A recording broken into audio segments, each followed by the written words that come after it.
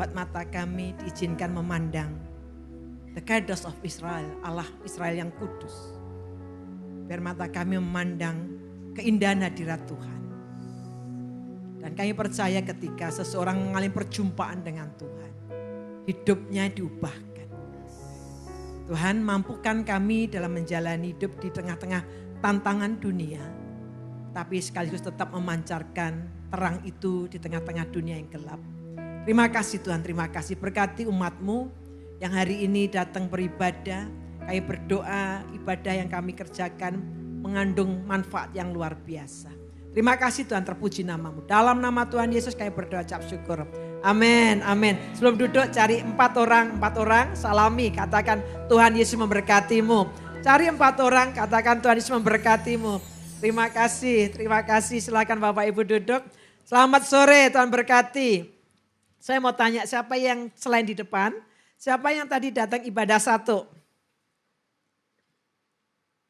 Ibadah 2? Ibadah 3? Ibadah 3 ada, ibadah 4? Sekarang ibadah 5. Oke. Ibadah 1, 2, 3, 4 saya banyak mengupas tentang bagaimana perjuangan berkumpul sampai titik mana kita harus berdoa. Tapi sore hari ini saya akan sharing lebih sifatnya lebih begini. Bapak Ibu, kita mempercayai doa berkat di kitab Keluaran 28. Salah satu doa berkat berkata begini. Pada waktu pulang, Tuhan akan membawa engkau naik dan tidak turun lagi. Dan ada bagian doa berkatnya begitu. Problemnya adalah saya yakin Tuhan itu membawa kita naik dan tidak turun lagi. Masalahnya adalah kitalah yang seringkali kurang menjaga jalan untuk turun itu tetap akan terbuka. Yang saya lihat seringkali ketika Tuhan anugerai sesuatu, pada waktu bergumul kita dekat sekali sama Tuhan. Tapi pada waktu kesuksesan terjadi, kita tidak bisa menjaganya sehingga terjadi penurunan. Saya suka sekali mempelajari hamba-hamba Tuhan, khususnya yang saya look up dan dari luar negeri yang sudah meninggal dan sebagainya. Saya perhatikan dan juga saya memperhatikan Alkitab. Kalau Bapak Ibu perhatikan kisahnya Salomo itu hikmatnya melampaui segala hikmat. Kata Alkitab tidak ada raja yang hikmatnya seperti Salomo sebelum dan setelahnya. Tapi endingnya kan tragis menurut saya. Seorang yang berhikmat, yang ngerti semuanya, bahkan Ratu Seba saja mengagumi caranya dia mengatur pegawai-pegawainya. Bahkan Ratu Seba itu kagum dengan cara berpakaiannya pegawai-pegawainya. Luar biasa hikmatnya, luar biasa, wisdomnya luar biasa. Tapi Bapak Ibu kalau memperhatikan kehidupan Salomo, akhir hidupnya dengan diberi kata-kata, pada masa tuanya istri-istri Salomo menyerongkan. Sehingga Salomo tidak terpaut sepenuhnya pada Tuhan. Endingnya jadi ada hal-hal yang sederhana yang kemungkinan besar gak diurusi. Sebabnya pada sore hari saya akan sharing menangkap rubah-rubah kecil. Tahu ya rubah itu kayak serigala tapi kecil. Bagaimana Bapak Ibu dengan saya bisa menjaga potensi dari kehancuran yang tidak disadari. Ada konsultan teman saya, seorang konsultan perusahaan yang dimana dia ngamati. Generasi pertama bagus. Generasi kedua biasanya organisasi atau perusahaan itu akan hancur di generasi ketiga. Kebanyakan. Generasi pertama mereka struggle membangun luar biasa, generasi kedua masih mengikuti value-value-nya. Generasi ketiga itu sebabnya yang namanya visi itu harus di-sharingkan, sekian hari sekali di-sharingkan. Tapi generasi ketiga biasanya kalau dia tidak sungguh-sungguh menghidupi value dan tujuannya biasanya goyang. Nah saya akan sharing secara sederhana, saya ambil dari Kidung Agung. Kidung Agung itu biasanya dibaca dalam konteks dalam pernikahan. Jadi kalau saudara diserang ini Alkitab kok ada mesumnya, enggak, koridornya pernikahan, baca Kidung Agung. Tapi ada yang sangat menarik, saya baca saja satu ayat. Kidung Agung pasal 2 ayat 15 mengatakan begini, Kidung Agung pasal 2 ayat 15 berkata begini. Tangkaplah rubah itu. Rubah kecil yang merusak kebun-kebun anggur. Perhatikan baik-baik. Sebab kebun-kebun anggur kami sedang berbunga. Satu ayat tapi kita bisa melajari 3 poin. Tangkaplah rubah-rubah itu. Rubah-rubah kecil yang merusak kebun-kebun anggur. Sebab kebun-kebun anggur kami sedang berbunga. Sekarang kita mau lihat aplikasinya secara pribadi. Kebun anggur Itu bicara tentang area kehidupan Bapak Ibu dengan saya. Masing-masing area kehidupan kita seperti kebun anggur. Makanya Alkitab jagalah hatimu dengan segala kewaspadaan karena dari situlah terpancar kehidupan. Saya suka bilang, saya kan konselor pranikah dan pasca nikah. Saya selalu bilang gini, kan pepatah bilang rumput tetangga lebih hijau, ya kan? Makanya terjadi perselingkuhan Kak Lid, karena rumput tetangga lebih hijau. Kamu menyimpulkan itu dari mana? Ya banyak pepatah begitu, rumput tetangga itu lebih hijau. Saya bilang enggak begitu, saya enggak punya konsep begitu. Rumput hijau ada rumput disirami. Tetangga saya bertetangga dengan seseorang, tapi tetangga saya enggak pernah ada di situ, rumputnya enggak pernah disirami, kering, saya bilang gitu. Berarti rumput yang hijau adalah rumput yang disirami. Kehidupan rohani kita atau kehidupan apapun kita, kalau kita rawat, kita sirami, pasti ada buahnya, ada hasilnya. Jadi kita ngeliat kebun anggur itu bicara tentang kehidupan saudara dan saya, kehidupan kita. Sedang berbunga artinya, saya yakin hidup seseorang itu tidak selama-lamanya di bawah kita. Ada potensi-potensi yang mulai keluar. Ada sesuatu yang mulai nampak. Dulu kerja jadi karyawan. Di dalam anugerah Tuhan, Tuhan tinggikan Bapak Ibu kalau didoain berkat. Tuhan mengangkat kau naik dan tidak turun lagi. Harusnya kita berkata amin gitu kan. Yes, I'm agree with gitu kan ya. Amin gitu. Saya itu kalau didoain berkat, saya pasti berkata amin. Amin. Karena itu doa berkat itu dinanti-nanti. Pada waktu Musa mengucapkan doa berkat, Musa inilah doa berkat yang sekarang Musa sampaikan. Doa dari otoritas itu sebenarnya di sini kalau ada orang tua sebagai otoritas, perkataan blessing kepada anak-anakmu. Berkati saya sampai hari ini memanggil nama anak-anak kami satu persatu. Ariel, you are the Lion of God. Kamu akan diberkati Tuhan, kamu akan ditinggikan oleh Tuhan. Rafael, Asarael, namamu ditinggikan, dimuliakan. Aku ngasih berkat. Jadi saya mendoakan blessing. Yang sama juga kalau Bapak Ibu sini suami-suami perkataan blessing juga kepada pasanganmu. Sedang berbunga berarti ada potensi, ada pertumbuhan dan keindahan. Nah, sekarang kita lihat satu persatu ya. Ancaman itu yang Alkitab tadi bilang bukan berupa singa. Saya mau tanya Bapak Ibu, orang kalau kesandung itu batu besar atau kesandung kerikil? Wih, saya kesandung tadi, kesandung apa kan? Batu gede sekali. Nggak ada orang kesandung batu gede nabrak, iya kali ya. Kesandung itu selalu sesuatu yang kecil, yang sepele. Saya melihat, memperhatikan itu sebenarnya saya berawas-awas dengan diri saya. Yang menjatuhkan saya ada hal-hal sepele yang sederhana yang tidak saya urusi dengan baik. Itu sudah mbak Sandu turun. Bisnismu diberkati oleh Tuhan, tapi kalau meremehkan hal sepele-sepele yang sebenarnya sepele, tapi kalau itu akumulasi terus menerus, kesandung, bisa kesandung. Seseorang tidak akan kesandung dengan batu besar. Ancaman ini kita menarik banget.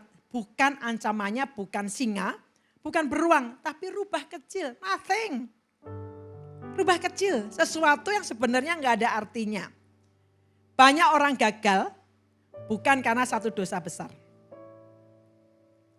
Tetapi karena 1000 kompromi kecil. Bukan karena dosa yang besar, bukan. Kompromi kecil. Makanya kalau orang nabung ada namanya the power of compound. Tentang kekuatan tambah menambah hal sama. Sesuatu yang kecil gak segera diurusi.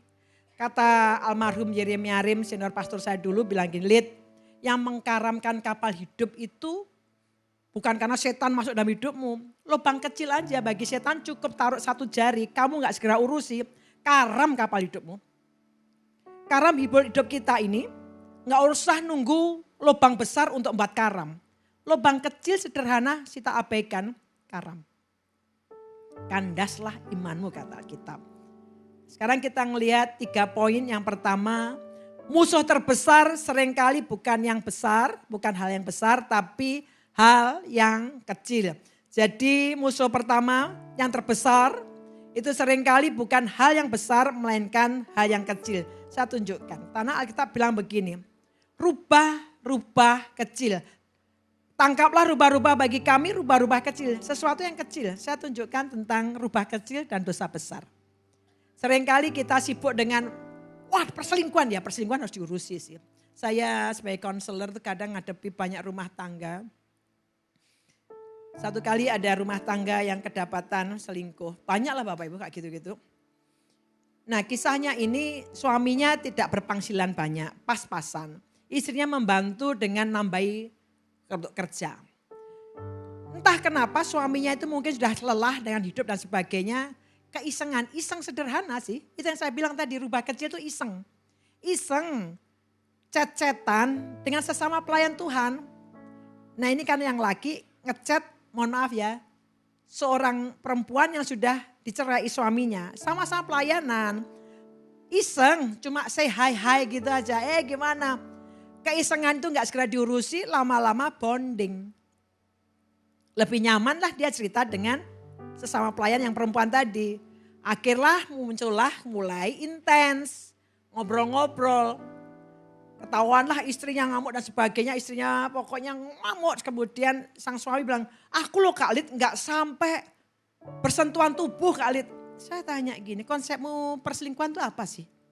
Alkitab bilang kan, menginginkan Pak Ibu kita ini kan lihat dunia khususnya kalau saya di Bali kan cowok-cowok saya bilang gini.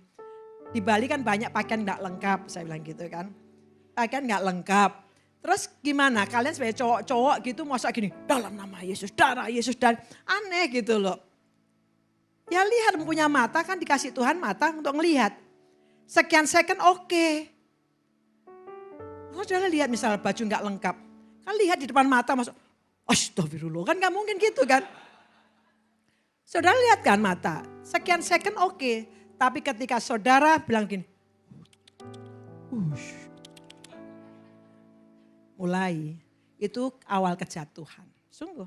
Karena kita berkata barang siapa menginginkan dalam pikiran. Si cowok ini bilang, aku enggak sampai persentuhan tubuh loh Khalid, cuma chat-chat sama aja, itu selingkuh. Persingkat saja, istri yang ngamuk, cerai aja Khalid. Saya malam-malam konseling hanya untuk mereka. Selesai doa malam saya ditungguin konseling, oke saya tungguin. Kadang-kadang kan si matupang siang malang tunggu panggilan. Terus mereka yang buat saya harus ngurusi gitu loh. Mereka yang buat masalah giliran seneng saya gak diingat. Punya masalah saya diingat. Datanglah, cerai aja Khalid. Saya sih gak mau repot-repot. Beneran mau cerai? Udah pilihanmu cuma 2, diperbaiki atau cerai? Cerai aja Khalid, oke.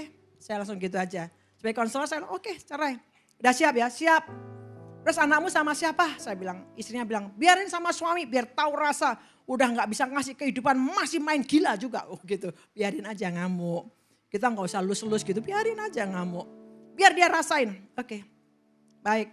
Kamu laki-laki suami, kamu yang urus anak-anak ya. Saya bilang ke cewek tadi yang mau cerai. Udah beneran ya? Saya mau tanya sekarang, kamu siap bertanggung jawab di hadapan Tuhan gak? Anakmu gak minta dilahirkan loh. Hanya gara-gara kalian bermasalah anakmu jadi korban. Kamu tahu gak rasanya jadi anak yang cerai? Gak pernah tahu kan? Anakmu juga akan jawab, kami gak minta dilahirkan. Kamu berani tanggung jawab di hadapan Tuhan gak? Sebagai konselor kadang halus, kadang galak saya ini. Kamu anggap aja kamu korban diselingkuhi suami.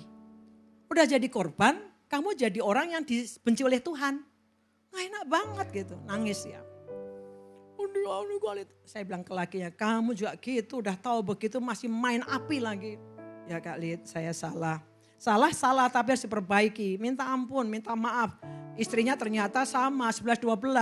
Suami selingkuh, memang kamu tak bisa selingkuh. Dia main gila juga dengan teman SMA-nya yang dia senang sama dia. Saya tanya, terus teman SMA-mu itu sekarang posisi gimana? Udah nikah belum? Udah. Wah sama itu buaya, jangan dah. Udah tahu, dia tapi cinta banget sama saya. Kayak posisinya lo suami orang, saya bilang gitu. Kadang-kadang orang-orang sekarang tuh kehilangan pola pikir ya. Bapak Ibu, Alkitab yang kesan kita baca.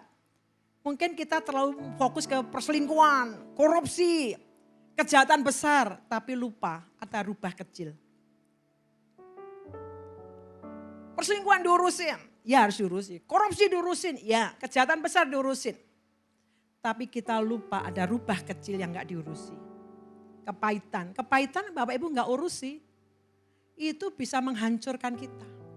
Semua orang bisa pahit. Saya bisa dipahitkan oleh orang. Tapi jangan jadi hook. Inilah. Jadi caranya itu ada caranya. Jadi jangan sampai itu infeksi bernanah susah nanti. Mencemarkan semua. Saya lagi counseling satu couples. Yang laki ini benci banget dengan bapaknya. Saya harus berhenti konseling karena saya beresin itu. Nyo, kalau kamu nggak selesai di sini, bagasimu ini akan kebawa sampai menikah. Kamu bilang kan nggak kepingin jadi kak papamu kan, kerja seenaknya, nggak mau kerja, maunya hanya marah-marah, nggak pernah menghadirkan penghasilan, maki-maki orang mamamu. Kamu nggak kepingin nggak begitu kan? Iya. Kebencianmu itu menjadi pintu yang lebar untuk semua kejelekan papamu masuk di kamu. Dia ini saya bilang, aku lihat kamu ini kerja, memang kamu diberkati Tuhan berhasil di Jakarta ini. Tapi sebenarnya kamu ingin menunjukkan ke papamu toh, nih lihat, nih jadi laki-laki harus kayak begini, iya kan? Enggak gitu nyoh, yang ngedrive kamu salah. Drive-mu tuh hanya ingin membuktikan, bukan begitu. Aku yakin kamu diberkati oleh Tuhan. Kenapa? Karena kamu cinta Tuhan. Bukan drive-nya yang lain. Nah itu kepahitan-kepahitan tuh jarang diurusi. Semua orang juga kepahitan, iya. Tapi jangan jadikan itu hook gitu, kayak pancing, kail, hook, infeksi. Hidup kita itu bisa dipahitkan oleh banyak orang. Saya dipahitkan oleh banyak orang. Tapi kalau kita tidak tahu cara menghandlenya, Bapak Ibu ada banyak hal yang jelek kita alami. Kemalasan. Rubah kecil. Roh Kudus sudah beritahu, baca Alkitab. Tunggulah Tuhan, aku lelah kerjanya, saya capek banget Tuhan. Udahlah Tuhan tahu kan, saya cinta Tuhan, cinta Tuhan. Kemalasan dipelihara, itu rubah kecil. Bisa menghancurkan. Harusnya potensimu sampai di sini karena Tuhan mau bawa di sini, karena Tuhan melatih engkau untuk preparation, tapi karena kemalasan di sini teman-teman udah di sana. Banyak orang kehilangan momentum bukan? Saya mau kasih contoh. Daud tuh hebat ngalahkan Goliat. Saya mau tanya, Goliat itu kan sebenarnya momen. Yang menghadapi Goliat siapa saja? Satu, ada Raja Saul. Raja Saul sudah terlatih ngadepi perang kan. Dia sudah biasa pakai pedang dan tombak. Ada Raja Saul. Pada waktu Goliat muncul, kesempatan itu diperuntukkan oleh semua. Itu ada Raja Saul. Kedua ada Yoab, yaitu panglima. Abner, bukan Yoab, Abner. Abner itu panglimanya Saul. Panglima berarti terlatih di medan perang. Ada Yonatan, putra mahkota. Tapi kenapa yang ngalami momentum Daud? Coba Bapak Ibu pikirkan, kenapa yang alami momentum Daud? Padahal Goliat yang sama, terus menerus di situ ada Saul, ada Abner, ada Yonatan, dan ada pasukan Israel yang terlatih. Daud di tempat yang sunyi, di padang, dia latihan cuma dengan 2-3 ekor domba. Bahkan pada waktu diurapi jadi raja, Bapak Ibu kalau baca di kitab Samuel, 1 Samuel, si Samuel dibilang sama Tuhan, Saul sudah aku tolak, kamu pergi ke rumah Isai karena anaknya akan kujadikan raja. Tuhan tidak bilang siapa nama anaknya. Pergilah Nabi Samuel. Nabi Samuel walaupun dia nabi juga bisa keliru, hamba Tuhan bisa keliru. Pada waktu muncul si sulung Eliab, Samuel mikir, ini nih. Kata firman Tuhan, Eliab itu tinggi. Dan jangan lupa anak sulung punya hak istimewa bukan? Kalau saya dramakan tuh bagus banget. Terus si Eliab tuh merasa gitu, saya mau diurapi kan gitu kan. Dia dengan pedenya gitu karena privilege anak sulung. Dia merasa pasti saya ini. Tapi coba perhatikan baca Alkitabnya memang teksnya tuh nggak bicara lengkapnya seperti itu. Tapi coba begini, Eliab datang mau jadi raja. Dia sudah gagahnya, rambutnya terurai. Karena kita bilang rambutnya terurai. Zaman dulu gondrong-gondrong Pak Ibu laki-laki. Dengan gagahnya. Samuel sebagai hamba Allah. Ini nih. Bisa bayangin gak momen itu? Momen kecewanya Eliab. Eliab kan udah siap. Orang mau diurapin begini kan. Masa ngeliat gini? Kan enggak lah. Mesti tutup mata gini. Aduh Sami siap hambamu kan gitu kan ya. Samuelnya udah siap ngurapi kan. Minyaknya udah mau dituang. Tapi gak dituang-tuang. Saya kalau jadi Eliab milih kayak gini. Ya Samuel ayo dong. Ayo. Samuelnya berhenti nge-freeze. Eliabnya ayo urapi dah. Tiba-tiba kok Samuelnya diem. Kenapa Samuel diem? Alkitab bilang bukan yang dilihat manusia. Tapi Allah melihat hati. Samuel aja bisa keliru, dia pikir Eliab. Muncul adiknya, anak kedua, anak ketiga, anak keempat, anak kelima, anak keenam, anak ketujuh. Bukan semua. Enggak, terus kemudian Samuel bilang gini, ini semuakah anakmu? Kalau hari ini duduk di sini engkau dianaktirikan oleh papa mamamu. Engkau enggak terlalu dianggap jangan pusing. Makanya Daud ada ucapan di kitab Mazmur. Sekalipun ayahmu, ibumu menolak engkau tapi Allah tidak. Karena teks ini berangkat dari pada waktu Samuel tanya, ini semuakah anakmu? Bapaknya bilang gini, Isai itu bilang gini, itu bahasa dalam konteks begini. Ada tuh, memang bahasa Indonesia enggak begitu. Ada tuh, itu ada anak itu dipupuk bawang tuh, enggak ada hitungannya itu. Coba kalau bapaknya menghitung Daud, pasti dipanggil, Wot datang Wot, mau durapi Wot. Kan gitu kan. Enggak dianggap kan. 7 anak aja ditampilkan. Jadi bapak ibu perlakuan enggak adil itu pasti kau alami di bawah langit. Tapi jangan itu dikedepankan. Rencana Tuhan itu tidak pilih kasih, dia punya rencana besar atas masing-masing kita. Jadi Samuel tanya, ini semua kan anakmu? Bapaknya gampang aja jawab, ada tuh. Di padang lagi ngembalakan kambing domba, Samuel bilang, panggil dia dengan cepat, kalau tidak kita nggak akan duduk ataupun makan sebelum dia datang. Disetrap, baca teks Alkitab ya. Saya yakin yang manggil Daud, Wot datang Wot, segera datang Wot. Gitu kan ya. Bapak ibu kok nggak yakin kalau dipanggilnya Wot. Kalau saya yakin dipanggilnya Wot. Gak mungkin dipanggil dah. Gak yakin saya. Wot, datang Wot. Nah Daudnya datang. Daud kan gak ngerti. Nah, coba lihat saudara. Engkau bisa di underestimate dunia. Tapi persiapanmu kau lakukan tempat sembunyi. Makanya benar kata Alkitab. Apa yang tersembunyi Tuhan kasih reward publicly. Engkau doa gak ada orang tahu. Tuhan kasih reward publicly. Hal yang sama dosa yang sembunyi-sembunyi gak diurusi. Satu kali kalau kesempatan bertobat gak bertobat, Tuhan tuh buka gitu loh. Jangan milih sampai malu, mending bertobat duluan. Daud ditinggikan di hadapan bapaknya dan kakak-kakaknya. Ini anak yang gak dihitung, diurapi. Aduh saya senang sekali, Daud kan pada waktu ngadepi Goliat, Daud ini kan gak terlatih pakai pedang. Maksud saya gak terlatih pakai senjata perang. Dia ngomong ke Saul, hambamu ini biasa. Kata-kata biasa enggak negatif. Bapak ibu untuk memiliki expertise engkau harus ngelatih di situ. Biasa engkau lakukan di situ, akhirnya menjadi skillful. Banyak orang kenapa enggak skillful? Mohon maaf karena malas untuk ngelatih. Skillful.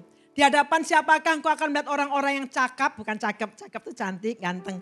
Cakap berarti skillful, expert. Di hadapan raja-raja. Engkau ingin hidupmu dipromosikan Tuhan, prepare.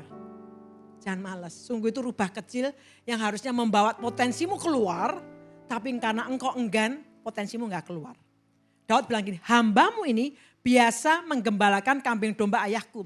Bila ada binatang buas datang, hambamu ini akan ngejar. Itu bahasa bukan hiperbola. Hambamu akan merobek mulut singa. Wih, luar biasa leadershipnya. Bapak Ibu pernah ngerobek mulut singa kah? Ini kambing domba cuma 2 ekor, berarti ini orang tanggung jawab banget dengan hal yang kecil. Jangan underestimate ketika kita dipercaya sesuatu yang kecil. Barang siapa setia dalam perkara kecil, kepadanya dipercaya perkara yang besar. Amin. Saya dulu gak pernah mimpi ada di mimbar. Sungguh. Pelayanan saya pertama jadi usher. Pertama bertobat, saya ikut di sini KMSJ, dasar kekristenan, saya langsung daftar jadi usher. Tapi prinsip saya begini Bapak dan Ibu. Yang khotbah puasa, saya jadi usher juga akan puasa. Saya prepare Bapak Ibu, malam Sabtu itu saya pasti doa banyak Tuhan. Pakai saya, ketika saya nyalami orang yang saya salami itu bangkit semangatnya, bangkit imannya. Kalaupun sakit karena saya salami, dia ngalami kuasa kesembuhan. Itu iman saya. Kalau yang khotbah puasa persiapan, saya juga persiapan.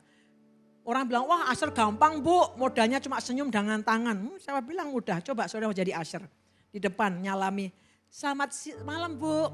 Yang disalami lagi ada temannya, ya nanti ya. Gak enak banget loh. Apalagi kalau musim flu begini, masing nyalami, waduh. Iya kan, gak gampang. Sederhana tetapi ketika setia sampai almarhum Yeremia bilang gini, setiap minggu ke kamu terus, ya Kak Yer karena saya datang paling pagi. Semua belum datang, saya udah datang duluan tuh di gereja. Sejam sebelumnya saya sudah datang, makanya saya selalu dipancang jadi usher. Saya setia. Saya gak tahu kalau ternyata Tuhan itu perluas influence kapasitas saya. Saya yakin momen itu selalu ada di depan Bapak Ibu. Masalahnya kita tidak prepare. Kita gak ready. Ketika opportunity datang dan kita tidak ready, momennya hilang, nggak jadi momentum. Daud bilang, hambamu, maka Daud kan bilang begini kayak Goliat, nih. Dan bilang gini, kamu mendatangi aku dengan tombak, perisai dan lembing, aku mendatangi kau dengan nama Allah yang Maha Tinggi. Goliat kan ngamuk kan, anjingkah aku, gitu bahasa Alkitab. Kau datangi aku dengan kayu. Coba baca Alkitab. Goliat turun, itu kepala tombaknya itu beratnya seberat saya, sekitar 58. Kepala tombaknya, bayangin tingginya 3 meter, jalannya bung, bung. Alkitab mengatakan Daud berlari. Tapi pernah pakai ali-ali enggak? Ali-ali itu sudah dipakai oleh Daud ngejar binatang. Kan binatang buas enggak bilang, oke ayo tembak saya. Enggak gitu kan? Pasti lari dong. Daud sudah terlatih untuk memakai ali-ali. Bapak Ibu kalau sesuatu terjadi, kondisi masalah pergumulan sebenarnya itu bootcamp kita. Dilatih kita di situ. Masalahnya kita terlalu malas kemudian enggak mau terlatih. Dan saya percaya potensi dalam diri Bapak Ibu luar biasa. Sungguh luar biasa. Tuhan mencari orang-orang yang rubah-rubah kecilnya dihilangkan. Kebohongan kecil. Gak apa-apa loh Khalid, masa gak boleh bohong. Kecil lama-lama jadi habit. Adik saya terikat roh dusta. Maksudnya apa Bu? Dia terikat karena kebiasaan bohong kecil lama-lama jadi gaya hidupnya. Habitnya. Sehingga kalau saya tanya kepada dia namanya Andi, aku gak usah tanya karena kamu akan cenderung untuk bicara berbohong. Dan aku gak kepingin kamu berdosa. Satu hal aku percaya kamu, I trust you. Dia pasti nangis. Kak, aku sebenarnya gak kepingin bohong. Tapi kenapa yang keluar selalu bohong ya Kak? Terikat roh dusta. Sesuatu yang kita lakukan terus menerus menjadi habit kita. Sudah ada dalam diri kita, built in gitu. Jadi sudah jadi habit. Ngubah habit itu gak gampang, gak percaya. Coba saya lihat di depan kan kedinginan semua, begini kan. Oke, ada Pak Andrinya sebelah kanan di atas. Gak apa-apa Pak, gitu aja saya jadi contoh. Terus coba sekarang Pak rubah tangan kirinya di atas, coba. Enak gak Pak? Ya masih enak ya, kadang-kadang juga ya begini. Enggak saya bilang begini. Artinya mengubah habit itu gak gampang. Penundaan, ntar dulu lah Tuhan. Kadang-kadang banyak orang bilang Tuhan bicaralah pada saya. Dan seringkali kadang-kadang Tuhan sebenarnya gak bicara. Saya berpikir gini, kita ini steward. Kita dipercaya tentang suara Tuhan. Tuhan berbicara kita gak nurut, gak taat. Untuk tujuan apa Allah mempercayakan lagi suaranya gitu loh. Itu tentang stewardship. Stewardship bukan masalah tentang uang ataupun tentang pelayanan. Sesuatu yang Tuhan percayakan. Ketidaktaatan kecil. Nah kita sering lengah dengan hal seperti ini. Ini rubah kecil. Nggak akan diurusin, gini semua orang pasti lakuin. Rubah kecil. Kalau bisa hidup kita sungguh-sungguh hidup terpaut sama Tuhan. Rubah kecilnya nggak ada. Karena Tuhan tujuannya buat kau naik. Potensi kita keluar semua. Contoh di Alkitab, Simson. Saya punya teman surah Alkitab namanya Simson. Saya nggak tahu kenapa orang tua yang kasih dia nama Simson. Simson kalau Bapak Ibu baca. Kelahirannya pun luar biasa. Istri Manoah didatangi malaikat Tuhan, kan mandul kan. Kemudian punya anak namanya Simson. Tuhan bilang gini, anakmu ini akan jadi nasir, gak boleh bersentuhan dengan anggur, gak boleh bersentuhan dengan jenazah, gak boleh main sembarangan dengan perempuan. Tapi Simson ini ada tipikal orang Kristen yang bermain-main ada di pinggiran dosa. Kau bisa tahu Bu, Alkitab mengatakan Simson itu kan gak hancur satu hari kan. Ada Alkitab mengatakan pertama kali dia jatuh hati dengan perempuan Sorek, lembah Sorek. Udah jelas itu bukan orang Israel gitu. Maksudnya gak boleh. Dia ngotot sama Bapak Maya, aku pokoknya udah jatuh cinta mati, lamar dia gitu kan. Kadang-kadang kita ngotot, jangan tapi kita tabrak aja. Dia jatuh cinta juga dengan perempuan dari Timna. Udah jatuh cinta bolak-balik. Yang terakhir dengan Dilailah. Saya juga punya teman kuliah namanya Delilah. Saya heran juga. Kenapa kasih nama dia Delilah gitu. Delilah. Dilailah. Tapi Bapak Ibu lihat. Simson tuh anggap remeh. Dia bermain dengan dosa. Dan pada waktu pesta pernikahannya. Itu pesta anggur tuh. Pasti minum. Padahal Nasir gak boleh. Sesuatu yang kudus itu apa sih? Bukan gak boleh nyentuh apa-apa. Kudus adalah set apart. Bapak Ibu dikhususkan untuk memuliakan Tuhan, di set apart. Kita diambil dari dunia untuk mengikuti prinsip-prinsip firman Tuhan. Set apart. Dan kemudian kan gak boleh pegang jenazah. Lihat, pada waktu dia mau menghantam orang Filistin, dia kan memukul singa kan. Terus dari singa itu keluar apa? Madu, makanan. Ya kalau saya cerita percaya aja ya. Pasti benar kok dari Alkitab. Keluar madu dan Simson kemudian menggaruk madu tadi dari singa yang sudah mati. Artinya itu kan mayat. Dan juga pada waktu dia menghantam orang Filistin dia kepakai kepala keledai atau rahang keledai. Artinya itu gak boleh mestinya. Adalah orang Kristen yang sebenarnya bermain, gak apa-apa lah. Gak apa-apa. Rubah kecil, sungguh. Kalau Bapak Ibu lihat Simson tidak jatuh dalam satu hari. Bermain dengan kompromi. Gak apa-apa lah dikit-dikit gini gak apa-apa. Kemudian justru dia mendekati hal-hal yang dilarang. Karena kompromi mati ininya jadi hati nurani. Kalau Bapak Ibu hari-hari melakukan dosa hati nuranimu gelisah bersyukurlah. Berarti nuranimu masih berbicara padamu. Kalau seseorang sudah mematikan nuraninya. Udah jadi orang Kristen yang bebal namanya. Nurani kalau masih begini restless berarti nuranimu berbicara. Makanya orang Kristen tarik-tarikan kan dunia tunduk pada Tuhan. Dan kemudian mendekati yang terlarang akibatnya dia membuka rahasia pelan-pelan. Udah gak kuat rayuannya dilailah dia gak kuat. Akhirnya dia buka hancur kan hal kecil sepertinya tapi lama-lama kehancuran besar. Bapak lihat orang ketika kehilangan dan hancur kehilangan dua. Kehilangan visi. Karena Alkitab mengatakan Simson dicongkel matanya. Gak ada vision. Orang Kristen yang sudah bermain-main begini, visinya gak tajam lagi. Karena gak apa-apa lah, gak apa-apa. Ketajamannya kurang. Kemudian yang kedua kehilangan kekuatan. Ya dicukur, Bapak Ibu harusnya ketika Simson ini gak jatuh dalam dosa, dia kekuatannya luar biasa. Ketika habis semua gak kuat kan, jadi badut. Jadi mainan. Jadi guyonan aja. Di hari terakhir rambutnya tumbuh dia mohon sama Tuhan. Tuhan kali ini engkau mendengarkan doaku. Dan memang Alkitab mencatat orang-orang Filistin yang mati jauh lebih besar pada waktu masa-masa terakhirnya Simson. Tapi potensinya dia yang sekian banyak itu hilang di masa-masanya. Saya selalu bayangkan seandainya Simson hidup sebagai Nasir. Perkara-perkara besar luar biasa apa yang terjadi Israel dibawa dalam kejayaan. Rubah kecil. Yang kita abaikan. Kemudian yang kedua, sebelum kedua saudara saya beri gambar ini rumah itu tidak roboh karena langsung ambruk kan retakan-retakan kecil yang gak diurusi. Retakan-retakan kecil. Nah sebuah rumah tangga juga begitu. Retakan-retakan kecil dalam rumah tangga kalau saya konseling saya bilang jangan silent treatment. Alkitab bilang jangan sampai matahari terbenam. Mesti segera diurusi. Pernikahanmu bisa hancur gara-gara hal-hal yang sederhana. Yang gak diurusi. Pelayananmu bisa hancur karena hal sederhana gak diurusi. Saya bisa khotbah dengan skill saya. Tanpa harus berdoa. Kenapa? Saya sudah terbiasa untuk khotbah. Ilmu komunikasi saya sudah built in dalam diri saya. Tanpa harus saya doa, bersungguh-sungguh Tuhan membuka Alkitab saya bisa khotbah.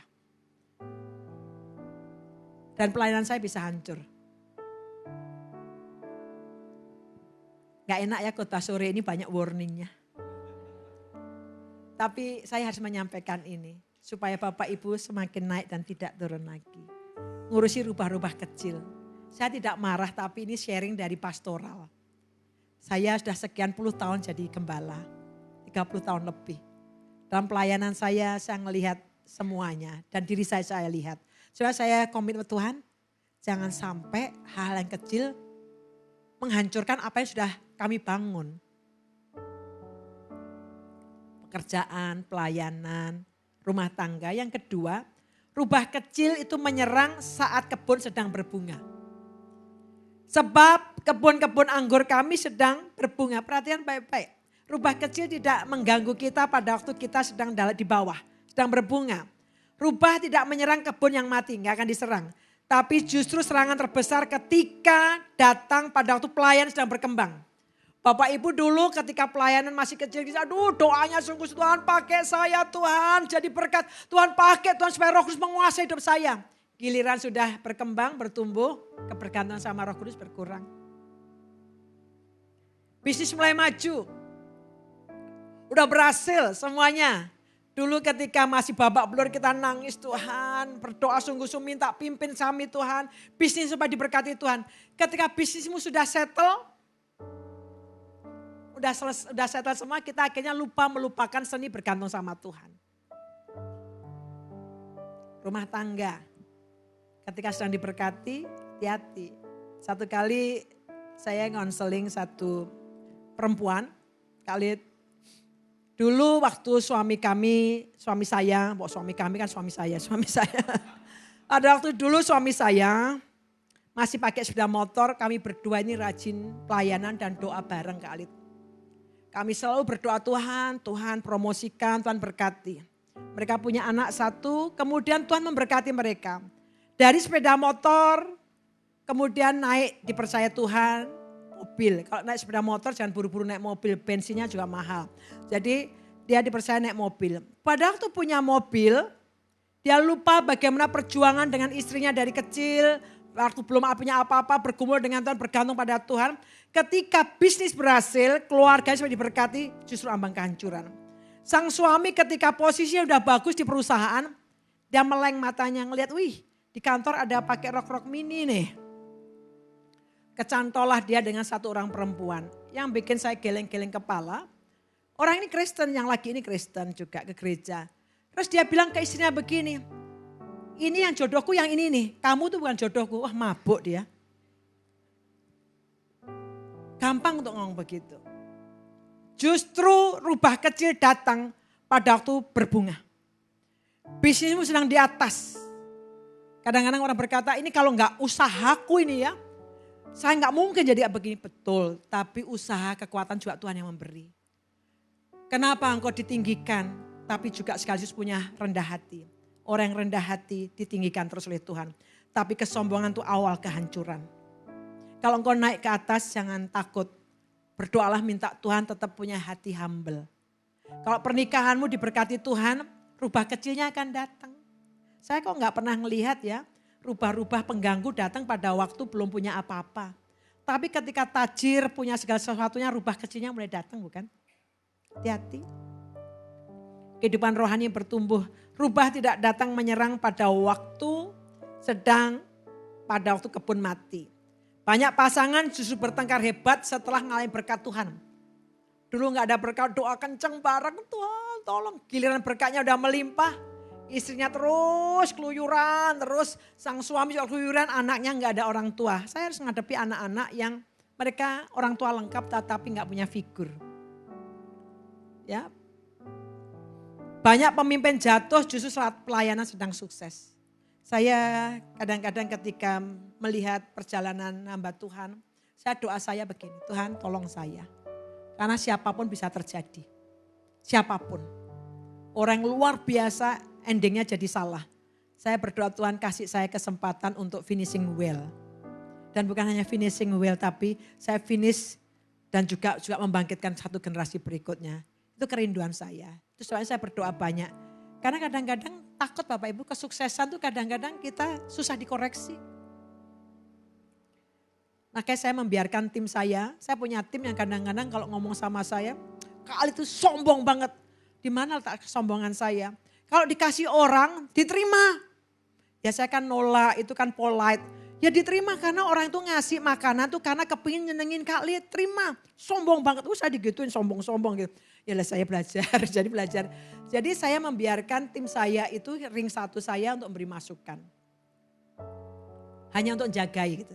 Karena saya bisa jatuh, Saya manusia, saya bukan malaikat. Malaikat aja saya jatuh.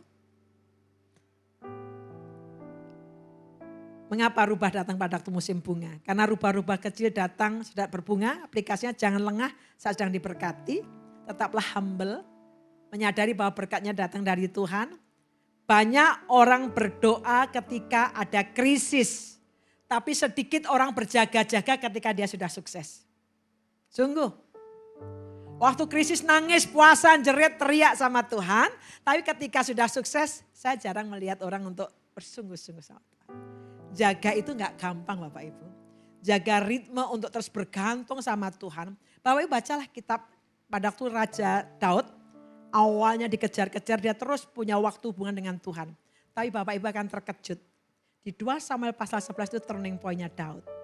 Pada waktu raja-raja berangkat perang, Daud itu awal kejatuhannya Daud. Dan Bapak Ibu kalau melihat itu turun Daud. Awalnya bagus, itu bagus nanti ceritakan ya, dikhotbahkan. Dia naik, Tuhan tinggikan. Saya sampai akhirnya punya khotbah namanya nikmat yang membawa laknat. Itu saya khotbah gitu. Saya dari kisah itu Bapak Ibu lihat Daud anaknya diperkosa oleh anak yang tertua.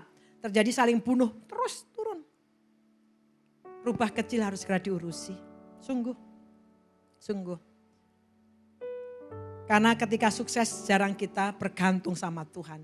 Kata Daud, tertindas itu baik bagiku supaya aku belajar Tauratmu.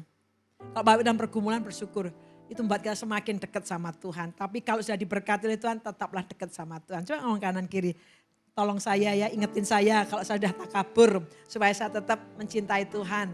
Harus saling mengingatkan Bapak Ibu, apa gunanya CG? CG ada tempat di mana kita saling mengingatkan. Saling ngayomi. Saling untuk kita membangun, mensupport, tapi diingetin. Nah aku lihat kamu kok hari-hari ini kayaknya males-males gak ikut CG. Kamu ini kan gitu. Bolos sekali gak apa-apa, bolos sekali ada 2 kali pasti.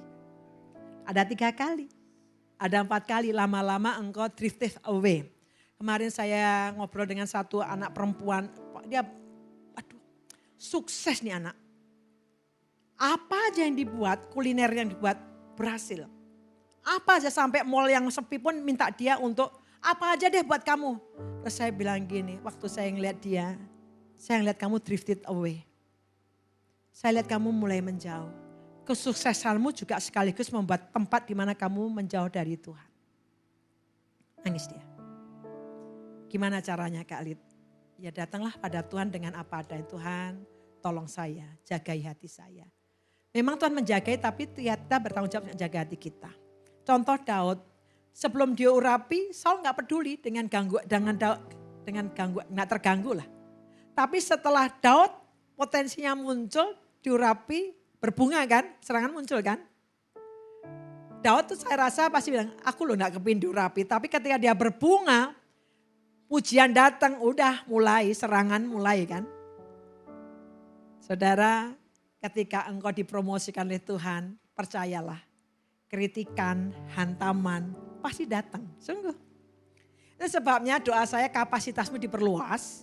Sehingga pada waktu masuk ke atas di sini, kapasitasmu itu tetap kuat. Karena siap-siaplah engkau dikritik, diomongi macam-macam. Tapi kita percaya bahwa Tuhanlah yang meninggikan kita. Yang ketiga yang terakhir, Tuhan meminta kita menangkapnya sebelum terlambat. Tangkaplah rubah-rubah bagi kami. Rubah-rubah kecil yang merusak kebun anggur kami yang sedang berbunga. Tangkap, bukan usir nanti aja deh. Apain aja lah gak apa-apa, cuma kecil aja lo gak akan membahayakan. Jangan sampai terlambat. Bukan cuma diusir, bukan abaikan, tunggu sampai besar tapi tangkap sekarang. Next PowerPoint saya, tangkap sekarang. Jadi jangan nanti tapi tangkap sekarang. Dan saya berikan contoh di Alkitab. Bisa ngikuti PowerPoint-nya? Oke. Contoh di Alkitab, Israel pada waktu di Kanaan. Next PowerPoint, ya. Pada waktu di Kanaan. Musuh kecil dibiarkan tinggal. Generasi berikutnya kan, Tuhan kan bilang halo semua. Karena ketidaktaatan untuk menghalau semuanya dibiarkan generasi berikutnya menuai kehancuran. Yang tidak dibereskan hari ini akan menjadi peperangan anak-anak kita besok. Sebabnya Bapak Ibu saya suka bilang begini kepada orang tua. Saya orang tua, anak saya udah gede, umur 30, umur 26, umur 23. Saya bilang begini, jangan sampai apa yang saya lakukan menutup jalan-jalannya anak-anak saya. Doa saya supaya apa yang saya lakukan membuka pintu buat anak-anak saya. Kalau ada dosa hari ini, beresin. Mungkin kita senang dengan dosa itu. Tapi percayalah dosa itu mengandung konsekuensi berkepanjangan. Saya selalu berkata jangan sampai perbuatan saya nutup jalannya anak-anak. Jalan saya sudah pernah ditutup oleh orang tua saya. Tapi ketika saya datang pada firman Tuhan, dibukalah jalan itu. Dan ketika saya sudah kenal Tuhan, saya berdoa Tuhan supaya hidup saya membuka jalan bagi anak-anak. Supaya saya perlu hati-hati, perlu waspada. Supaya membereskan apa yang harus dibereskan hari ini. Pertanyaan sederhananya, rubah kecil apa yang selama ini saudara pelihara? Atau yang saya pelihara? Ada rubah kecil, kemalasankah? Menunda-nundakah? Banyak alasankah? Kompromikah? Atau dosa sudah sederhana? Ayo kita bereskan rubah-rubah kecil itu. Saya percaya dalam terang Roh Kudus tidak pernah mendakwa. Tapi kalau saya khotbah hari ini Bapak Ibu restless, saya yakin Roh Kudus tidak mendakwa tapi memberi conviction. Mendakwa setan. Tapi setan kalau mendakwa berarti punya landasan kan. Saya nggak mungkin didakwa oleh setan, wah kamu ini, saya nggak melakukan itu berarti dia bohong. Tapi kalau setan dakwa pasti ada landasan. Disebut pendakwa itu berarti begini, kayak jaksa yang dakwa di pengadilan. Dia harus punya alasan. Maka setan itu tahu persis masa lalu kita, dosa yang tersembunyi yang kita tidak pernah publikkan. Dia tahu persis, Sebabnya doa saya kita beresin. Saya sangat bermasalah dengan hal itu masa lalu. Pada waktu saya kerja dulu quality control. Di lab pakai baju putih. Itu setan tuh nunjukin semua dosa saya. A, B, C, semualah Bapak Ibu, name it lah dosa. Apa saja saya lakuin. Jangan bilang saya itu gak melakukan dosa. Saya berdosa. Orang berdosa yang diselamatkan oleh anugerah, itu aja. Semua dosa. Saya gak bilang begini, bukan saya, itu caranya bukan begitu. Mendinai, bukan begitu, dosa untuk didinai. Dosa itu saya lakuin. Saya bilang, betul itu dosa saya. 1 sampai berapapun itu dosa saya. Tapi saya kasih tahu setan, itu Lydia dulu. Lydia sekarang seperti kata 2 Korintus 5:17, siapa dalam Kristus ya ciptaan yang baru. Yang lama berlalu sesungguhnya baru sudah datang. Dengan darah anak domba dosaku sudah diampuni, aku sudah mengaku di hadapan Tuhan. Dosa yang diampuni apa sih? Dosa yang diakui. Jika kita mengaku dosa kita 1 Yohanes 1 ayat 9. Maka Tuhan itu setia dan adil. Akan mengampuni kita dan menyucikan kita dari segala kejahatan kita. Jangan dipelihara. Sungguh Bapak Ibu akan menghancurkan hidupmu. Cepat atau lambat menghancurkan. Daud berpikir bahwa enggak ada yang tahu tentang dosa perzinahannya. Tapi Tuhan tahu. Tapi bacalah kisahnya tentang Daud. Penurunan terjadi. Doa saya kita sama-sama kalau di CG saling mengingatkan, bertumbuh bersama-sama. Amin. Rubah kecilnya apa yang perlu diurusi. Kompromikah? Kemalasankah? Mari hari ini Tuhan, saya rindu potensi dalam hidup saya keluar dan dipakai oleh Tuhan. Belajar dari yang kecil-kecil sederhana. Mau dipakai Tuhan? Amin. Bu, saya gak pinter ngomong. Gak apa-apa. Kita bisa dipakai dengan banyak cara. Tapi setahu saya selama mohon maaf kita bisa bicara. Contoh, wih di sana loh ada kepiting, enak sekali. Wiro sableng, enak. Kita bisa ngomong gitu walaupun gak bisa ngomong. Kenapa? Udah ngetis. Saya udah ngetis makanya bisa promo. Enak gitu, apalagi yang asap gitu. Makan kepiting Bu. Sama kalau Bapak Ibu dengan saya sudah ngetes kasih Tuhan, kok bisa cerita. Saya kalau nginjilin orang gak pakai pusing-pusing. Saya bilang gini, Yesus mengasihi kamu. Enough. Amin, mau dipakai Tuhan? Sore hari ini firman Tuhan ini untuk mengingatkan kita. Ada banyak rubah kecil yang ingin menghancurkan kita. Tapi saya percaya ketika kita bergantung pada Tuhan kasih warning. Itu rubah kecil urusin lead. Itu kebiasaanmu yang jelek itu bisa membuat kamu turun. Bangun kebiasaan yang baik. Saya undang main musik maju ke depan. Saya ajak Bapak Ibu semua hari ini. Di dalam terang Kristus. Datang di hadapan Tuhan. Mengizinkan Roh Kudus meneliti kita. Tidak untuk didakwa tapi untuk diakui. Roh Kudus menunjukkan sesuatu. Mungkin selama ini kita menunda-nunda. Kita banyak alasan. Atau hal yang lain. Atau ada dosa yang kita pelihara. Bahkan orang lain tidak tahu. Kau sembunyikan begitu rapi hari ini. Datang sebelum itu mengejar dan menghancurkan engkau. Minta ampun di hadapan Tuhan. Biar kerinduan kita seperti kata pujian ini. Ingin menyenangkan Tuhan. Saya yakin percaya Bapak Ibu dengan saya ingin senantiasa menyenangkan Kristus.